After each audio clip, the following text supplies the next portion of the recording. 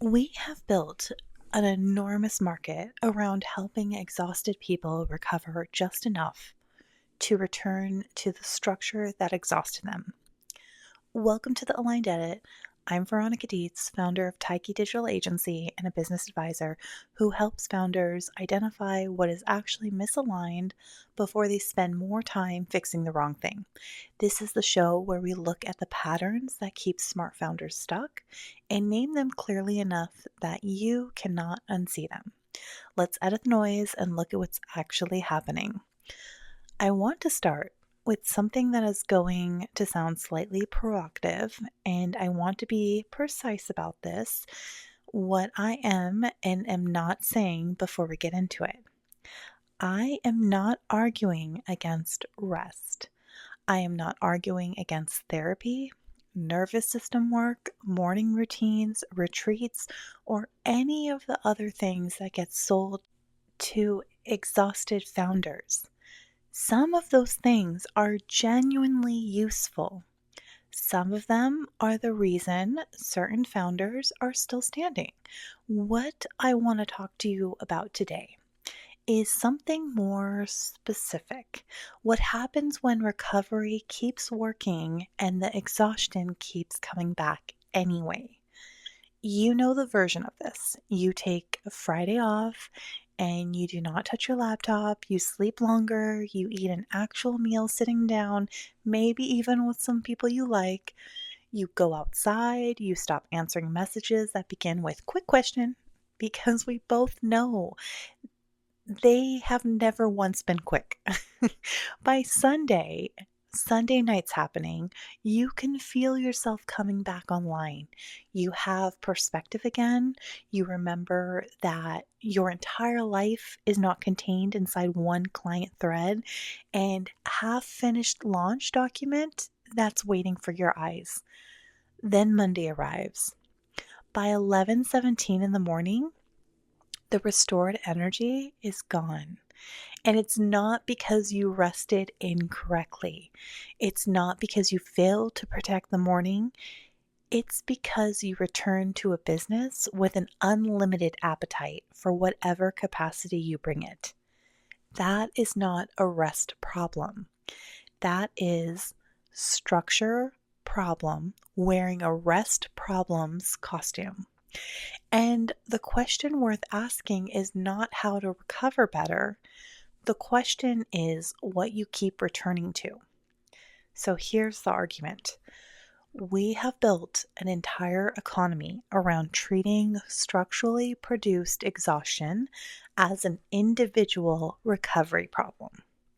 The exhaustion economy works best when exhaustion stays personal, because personal problems can be packaged.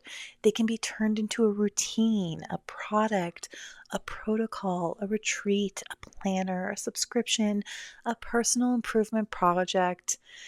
Structural questions are much harder to package. Should this offer still exist? Does this delivery model depend on access you no longer want to provide?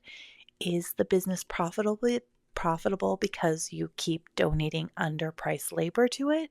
Does growth require a version of you who only appears during emergencies? Those questions do not always lead to a purchase. Sometimes they lead to an ending. Sometimes they lead to a boundary that changes the revenue model. Sometimes they lead to admitting that the business you worked hard to build is no longer designed for the person running it. Personal recovery helps you feel better inside the arrangement. Structural examination may require you to change that arrangement. That is why one is much easier to sell than the other. And I want to be honest about why the personal framing is also so easy to accept, because it is not only that the market profits from it, it is that personal solutions feel more accessible than structural ones. A new morning routine is easier to implement than ending the wrong offer. A retreat is easier to book than changing the client model. A better planner is easier to buy than admitting the 12 priorities cannot all remain priorities. Rest is easier to schedule than a decision you have been avoiding for 8 months. I have absolutely rested so I could become more efficient at tolerating something I already knew needed to change. I think most founders have. It is not a character flaw. It is an extremely human response to the cost of genuine disruption. But it is worth naming because when recovery is used to sustain an arrangement, rather than examine it, it is doing a different job than you think it is. Let me show you what that looks like in practice. The first pattern, recovery becoming maintenance for avoidance. You take the break, you feel better. The thinking becomes clearer, and you use that clarity to return to the same system, now running it more efficiently. The rest was real, it happened, it felt good, the clarity felt good, the clarity was real, it helped, but nothing structurally changed. It's like having a car that desperately needs engine work and you went to the car wash. The second pattern, every restored resource getting immediately consumed. If every ounce of regained capacity disappears within days of returning to the business, the question is not only how to recover better, the question is what the system does with available capacity. The third pattern, the founder's capacity, becoming an invisible subsidy. A business that is structurally misaligned does not merely use your energy. It has a demand that expands to fill whatever you bring to it. You restore 10 units of capacity, the business finds 11 units of need.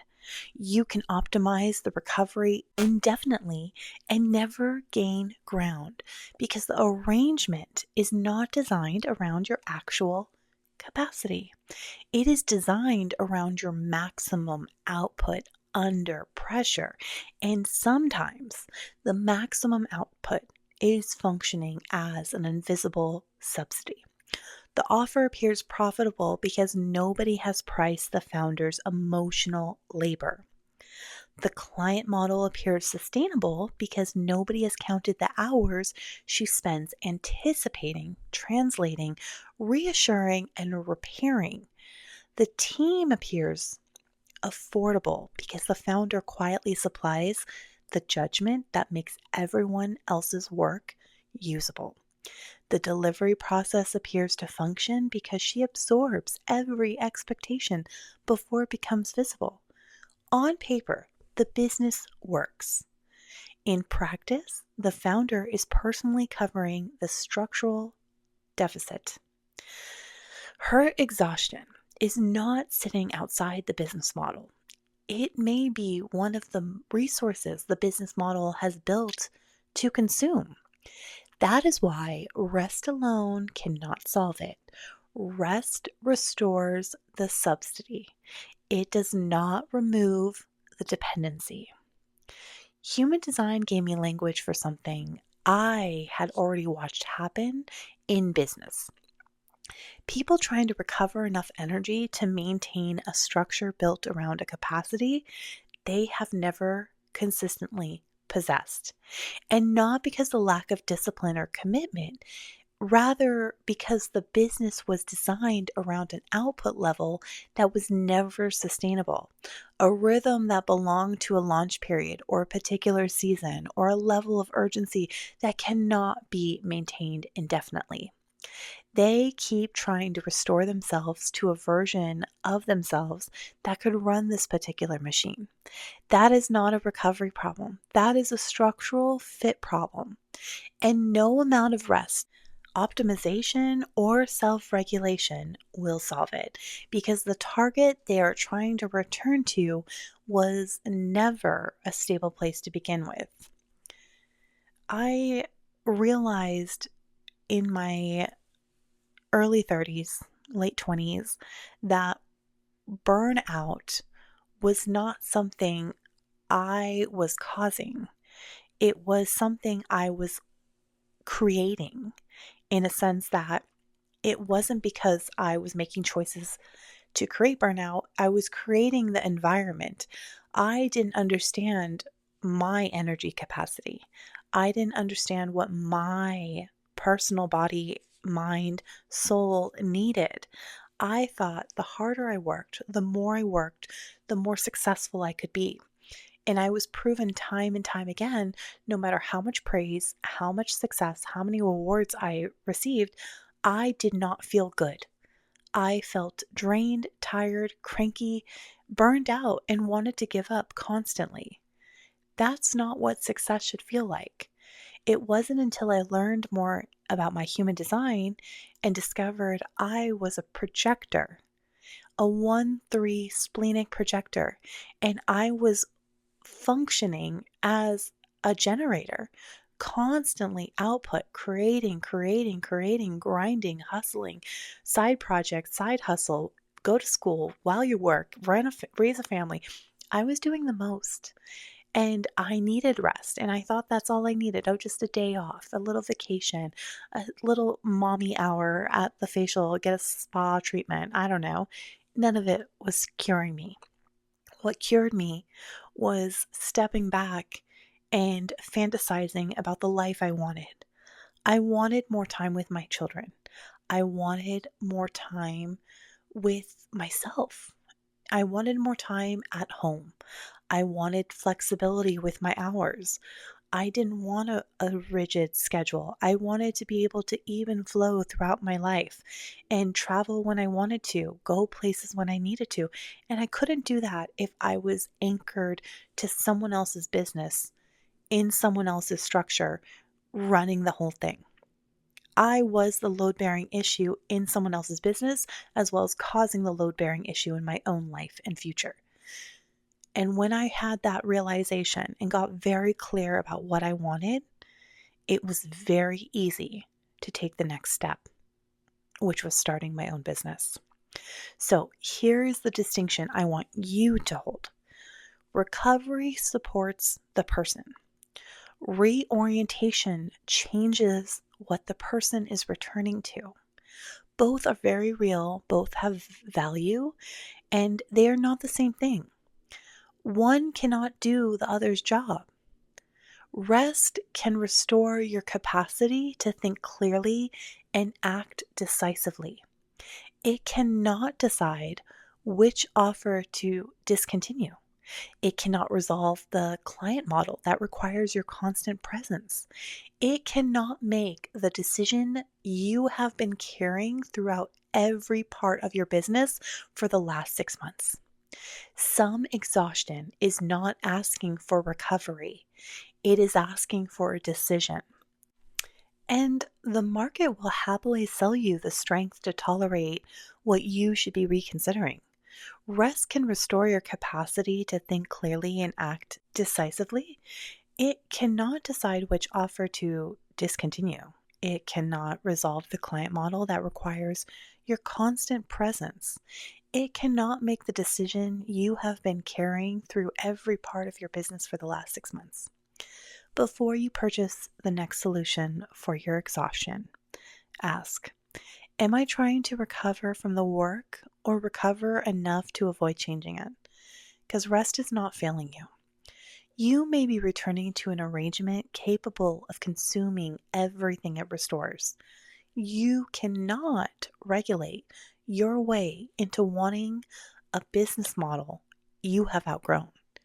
Some exhaustion is not asking for recovery. It is asking for a decision. And the market will happily sell you the strength to tolerate what you should be reconsidering. If this episode named something you have been unable to separate, the direction session will be linked in the show notes. And not because you need another recovery assignment or because another thing to manage needs to be on your list. This is because sometimes the most useful move is identifying what the exhaustion is actually telling you before you spend more resources recovering from the wrong problem. Tomorrow, it's Friday, and it is the final episode of this week. We are talking about why fixing the wrong problem keeps founders stuck and what it costs to solve something beautifully that was never load bearing. You can catch me on Threads in the meantime at the Veronica Dietz. If you're not on Threads, you should be, because it's really where the authentic people are. And until then, talk soon.